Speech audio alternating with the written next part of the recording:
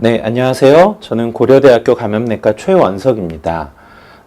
최근 우리나라와 또 외국에서 조류인플루엔자가 발생하면서 이에 대한 걱정과 관심이 많아진 것으로 알고 있는데요.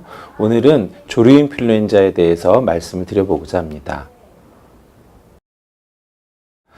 먼저 인플루엔자와 조류인플루엔자가 어떻게 다른지에 대해서 말씀을 드리겠고요. 조류인플루엔자가 전 세계적으로 또 우리나라에서 어떤 발생 현황을 보이는지 말씀을 드리겠습니다.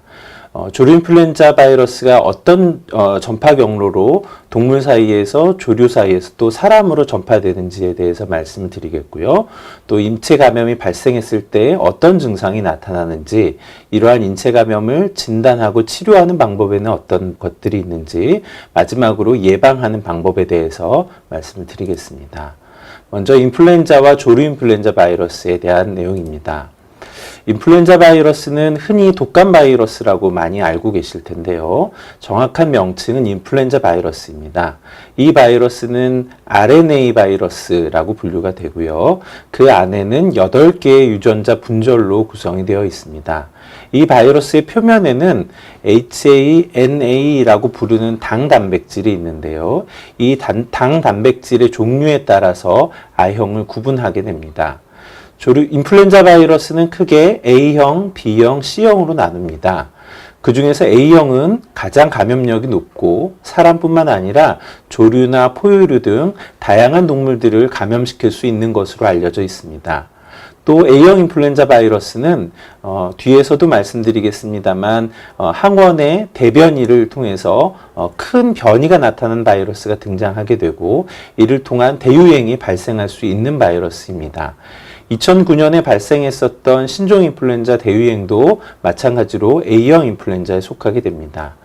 B형 인플루엔자는 A형과는 달리 사람에게서만 발견이 되고, B형도 A형과 마찬가지로 중증 질환을 초래할 수는 있지만 상대적으로 중증도는 조금 경한 것으로 되어 있습니다. C형 인플루엔자도 존재하지만 대개 사람에게는 경증의 질환을 초래하게 되며 큰 유행은 발생시키지 않는 것으로 알려져 있습니다. 인플루엔자 바이러스는 되게 쉽게 변이를 일으킵니다. 작은 규모의 변이가 나타나는 것을 항원 소변이라고 부르고요. 큰 규모의 변이가 나타나는 것을 항원 대변이라고 이야기합니다.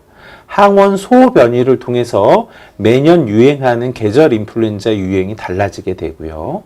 항원 대변이는 대개 10년에서 40년에 한 번 정도 발생하는 것으로 알려져 있는데, 이러한 대변이가 나타나게 되면 사람에게서 이전에 있지 않았던 바이러스가 등장하기 때문에 전 세계적으로 아주 많은 환자를 발생시키게 됩니다.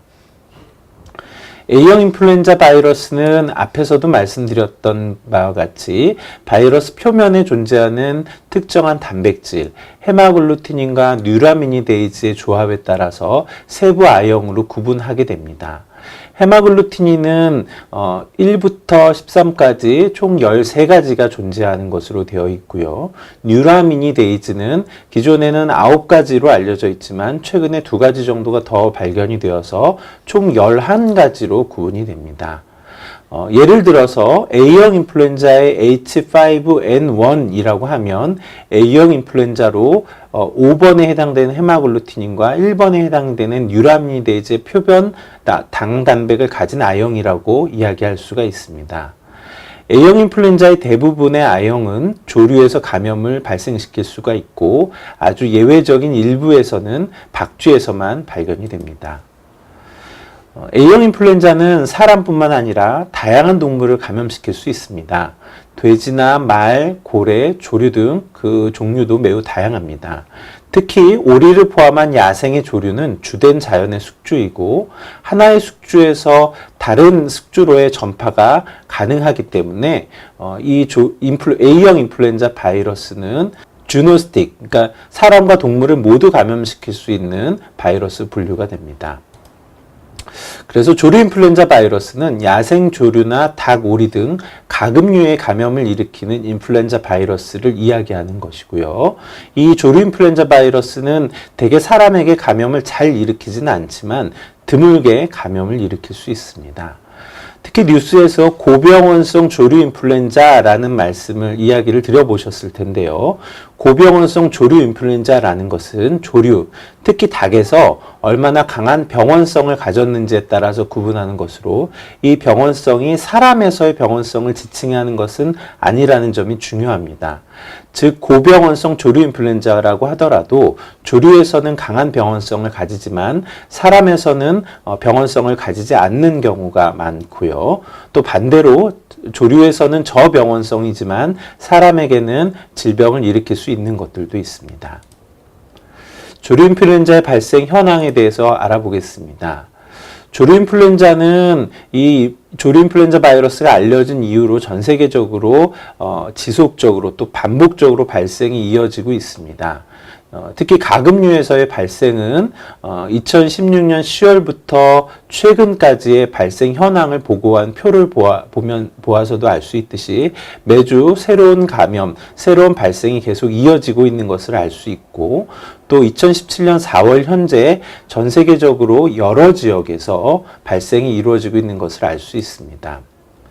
우리나라의 경우에는 2003년에 A형 H5N1 감염이 처음 보고가 되었고 최근까지 이 조류 인플루엔자 발생의 가금류에서의 발생이 계속 보고가 되고 있습니다. 대개 오리와 종축 농장을 중심으로 발생하고 있고 닭, 오리의 가금류에서 발생은 보고된 바가 있지만 다행히 현재까지 인체 감염 사례로 확인된 바는 없습니다.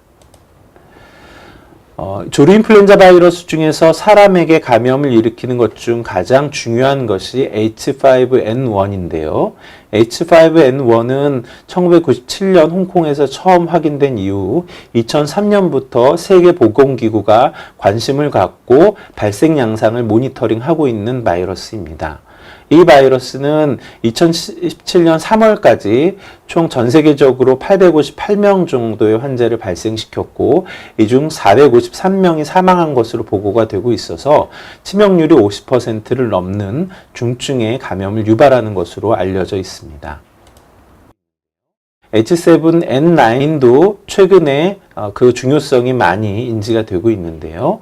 H7N9 조류 인플루엔자 바이러스는 주로 중국에서 발생이 보고가 되고 있고 2017년 3월까지 현재 총 1,300여 명의 환자가 발생했고 이 중 약 3분의 1 정도가 사망한 것으로 알려지고 있습니다. 조류 인플루엔자 바이러스의 전파 경로에 대해서 알아보겠습니다. 가금류 내에서의 전파는 직접 접촉이 가장 중요한 전파 경로입니다. 감염된 닭의 분변에는 아주 많은 농도의 바이러스가 들어있기 때문에 소량의 분변으로도 많은 감염 가금을 만들 수가 있습니다. 그래서 이러한 분변에 오염된 차량이나 사람, 사료, 관리기구 등을 통해서 전염이 일어날 수가 있겠고 아주 가까운 거리에 있어서는 오염된 쥐나 야생조류, 또 오염된 물이나 사료, 또 비말, 오염된 공기 중의 부유물 등을 통해서도 전파가 가능합니다. 장거리의 전파, 국가에서 국가 또 지역에서 지역으로의 전파는 주로 야생 철새 이동에 의해서 일어나는 것으로 추정이 되고 있습니다. 조류 인플루엔자 바이러스가 발생한 국가로부터 발생하지 않은 국가로의 유입에 있어서 오염된 닭고기나 오리고기, 생계란의 유입 또는 여행객을 통한 유입도 주의해야 할 전염 경로로 알려져 있습니다. 인체 감염은 흔히 발생하지는 않지만 발생하게 되는 경우에는 대개 직접적인 접촉이 가장 주된 감염 경로입니다. 조류 인플루엔자 바이러스에 감염된 가금류와 직접 접촉을 하였거나 또는 감염된 조류의 배설물, 분비물에 오염된 물건과의 접촉을 하는 경우에 감염이 될 수 있습니다. 단지 이것을 만진다고 하여서 감염되는 것은 아니고요. 대개 이 바이러스가 사람의 눈이나 코, 입 안쪽에 부드러운 살, 이것을 점막이라고 부르는데요. 점막을 통해서 신체 내로 침투하면 감염이 발생할 수 있습니다. 또 바이러스가 포함된 작은 침방울을 호흡기를 통해서 흡입하는 경우에도 감염이 발생할 수가 있겠고 아주 드물지만 사람 간의 전파가 의심되는 사례의 보고도 있습니다. 다만 현재까지의 조류 인플루엔자 바이러스는 사람 간에 쉽게 전파가 일어나고 있지는 않는 상태이고요. 추후에 바이러스가 변이를 일으키는 경우에는 사람 간의 전파가 쉽게 일어날 가능성도 있습니다. 조류 인플루엔자가 발생하는 시기에는 닭고기나 오리고기를 섭취해도 되는지에 대해서 걱정을 하시는 경우가 많은데요. 대개 조류 인플루엔자에 걸린 닭이나 오리는 다 살처분을 하기 때문에 실제로 시중에 유통될 가능성은 매우 낮습니다. 또 만에 하나 유통이 된다고 하더라도 이 바이러스는 열에 매우 취약하기 때문에 75도 이상의 온도로 5분 이상 가열하게 되면 안전하게 섭취할 수 있겠습니다. 조류 인플루엔자 바이러스의 인체 감염 증상에 대해서 알아보겠습니다. 먼저 조류에서의 감염이 발생하는 경우에는 야생 조류에서는 감염되었을 때 증상이 없이 지나가는 경우도 있지만 닭이나 칠면조 또는 사육하는 이러한 조류에 있어서는 바이러스의 감수성이 되게 높고 감염된 바이러스가 고병원성인 경우에는 다양한 증상을 일으키면서 대개는 폐사하는 형태로 이어지게 됩니다. 조류에서의 사람으로의 감염은 흔히 일어나지는 않지만 일어나는 경우에는 대개 2일에서 7일 정도의 잠복기를 거치고 이후에 결막염이나 전형적인 독감의 형태 또는 폐렴과 같은 중증의 호흡기 감염, 또 구역이나 구토 등의 소화기 감염 또는 의식저하 등의 신경학적인 증상을 나타나는 다양한 증상의 형태로 인체 감염이 발생할 수 있습니다.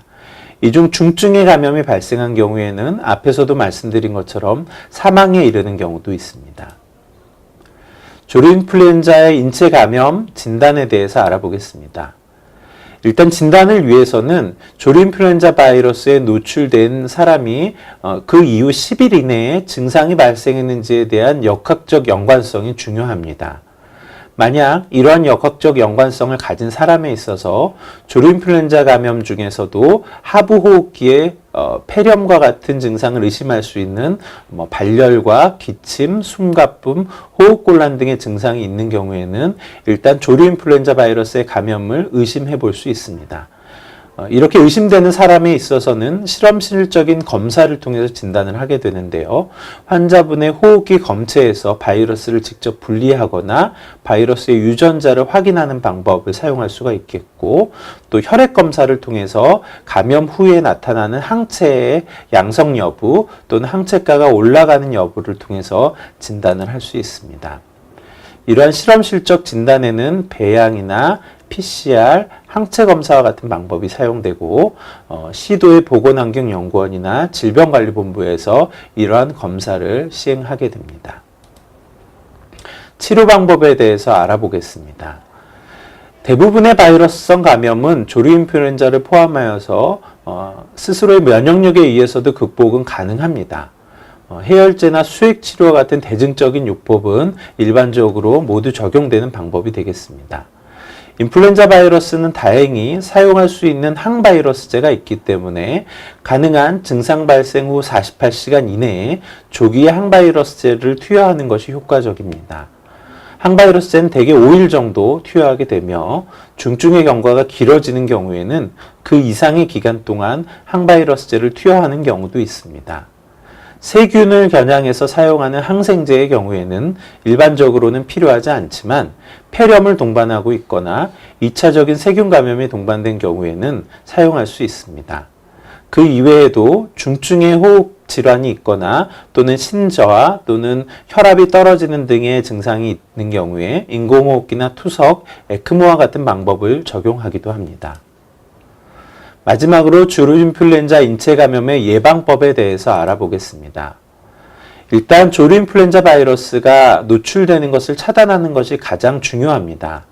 따라서 조류 인플루엔자 발생이 이어지고 있는 경우에는 축산 농가나 철새 도래지의 방문을 자제하시는 것이 좋겠고, 불가피하게 방문을 하셨다면 소독과 같은 조치에 적극적으로 협조해 주셔야 합니다.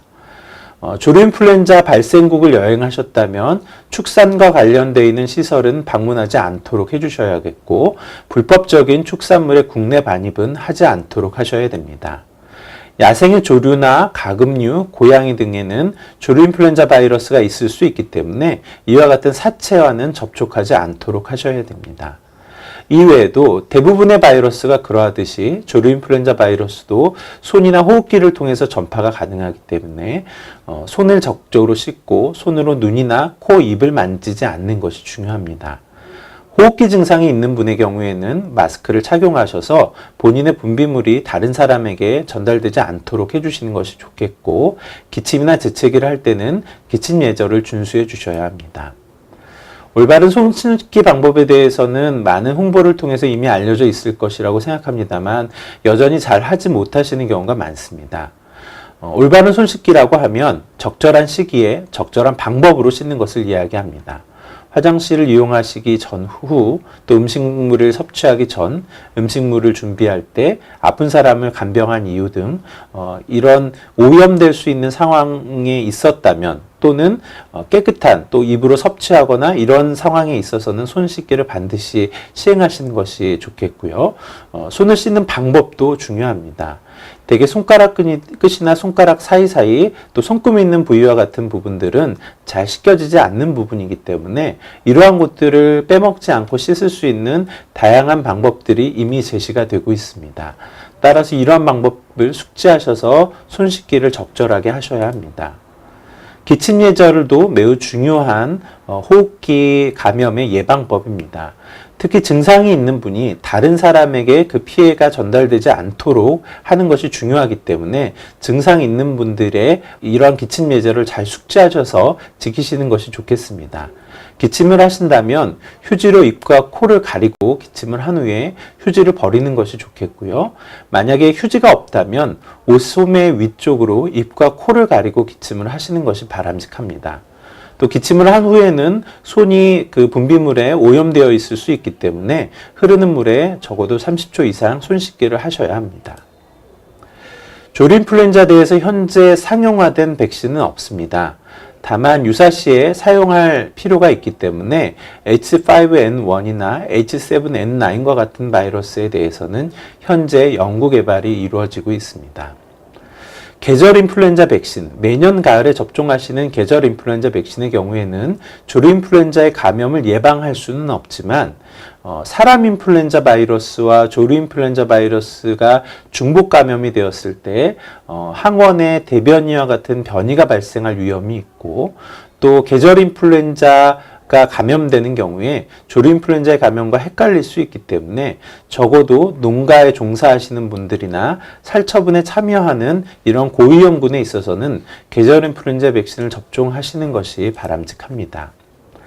또 조류인플루엔자 인체 감염의 고위험군에 해당되는 분들, 특히 살처분에 투여되시는 분들에 대해서는 항바이러스제를 사용해서 감염을 예방하기도 합니다. 만약 조류인플루엔자에 노출이 되었다고 판단된 이후에 증상이 발생하셨다면 가까운 관할 지역의 보건소 또는 질병관리본부 콜센터 1339로 신고하시는 것이 좋겠습니다. 이러한 곳에 신고하지 않고 의료기관을 바로 방문하는 경우에 다른 사람에게 바로 노출이 이어질 수 있고 조기 진단이 되지 않는 경우가 있기 때문에 먼저 보건소나 질병관리본부 콜센터에 신고를 하시고 이곳에서 지시해 주시는 내용에 맞추어서 적절한 조치를 취하시는 것이 바람직합니다. 네, 지금까지 조류인플루엔자 바이러스가 어떤 것인지, 또 조류인플루엔자 바이러스의 발생 현황, 또 증상, 진단과 치료, 예방법에 대해서 알아봤습니다. 우리나라와 전 세계에서 조류인플루엔자의 발생은 앞으로도 계속 이어질 것이라고 생각이 됩니다. 다만 지나친 우려를 갖는 것보다는 적절한 예방법, 주의사항들을 잘 숙지하셔서 지키신다면 크게 걱정하시지 않고 안전한 생활을 하실 수 있을 것이라고 생각합니다.